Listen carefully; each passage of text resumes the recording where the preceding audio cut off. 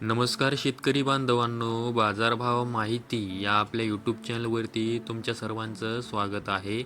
जर तुम्ही आपल्या बाजारभाव माहिती या यूट्यूब चॅनलवरती पहिल्यांदा आला असाल, तर आपल्या यूट्यूब चॅनलला सबस्क्राईब करून ठेवा, जेणेकरून बाजारभावाविषयक माहिती तुम्हाला यूट्यूबच्या माध्यमातून मिळत राहील. तर शेतकरी बांधवांनो, आजच्या व्हिडिओमध्ये आपण कांदा बाजारभावाविषयक माहिती पाहणार आहोत. चला तर जास्त वेळ न घेता व्हिडिओ सुरू करूया.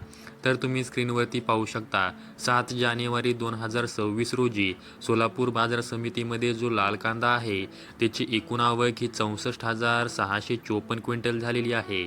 त्यासाठी किमान दर हा 100 रुपये तर कमाल दर हा 2350 रुपये देण्यात आलेला आहे.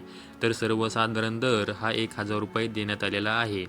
त्यानंतर पुढील बाजार समिती आहे येवला बाजार समिती. यामध्ये जो लाल कांदा आहे त्याची एकूण आवक ही 10,000 क्विंटल झालेली आहे. त्यासाठी किमान दर हा 200 रुपये तर कमाल दर हा 1636 रुपये देण्यात आलेला आहे. तर सर्वसाधारण दर हा 1350 रुपये देण्यात आलेला आहे. त्यानंतर पुढील बाजार समिती आहे लासलगाव बाजार समिती. यामध्ये जो लाल कांदा आहे त्याची एकूण आवक ही 19,170 क्विंटल झालेली आहे. त्यासाठी किमान दर हा 700 रुपये तर कमाल दर हा 2,061 रुपये देण्यात आलेला आहे. तर सर्वसाधारण दर हा 1600 रुपये देण्यात आलेला आहे. त्यानंतर पुढील बाजार समिती आहे लासलगाव विंचूर बाजार समिती. यामध्ये जो लाल कांदा आहे त्याची एकूण आवक ही 12,608 क्विंटल झालेली आहे. त्यासाठी किमान दर हा 600 रुपये तर कमाल दर हा 1850 रुपये देण्यात आलेला आहे. तर सर्वसाधारण दर हा 1550 रुपये देण्यात आलेला आहे. त्यानंतर पुढील बाजार समिती आहे नागपूर बाजार समिती. यामध्ये जो लाल कांदा आहे त्याची एकूण आवक ही 1,500 क्विंटल झालेली आहे.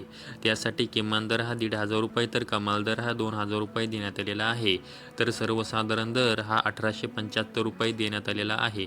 त्यानंतर पुढील बाजार समिती आहे संगमनेर बाजार समिती. यामध्ये जो लाल कांदा आहे त्याची एकूण आवक ही 11,786 क्विंटल झालेली आहे. त्यासाठी किमान दर हा 200 रुपये तर कमाल दर हा 2,011 रुपये देण्यात आलेला आहे. तर सर्वसाधारण दर हा 1,006 रुपये देण्यात आलेला आहे.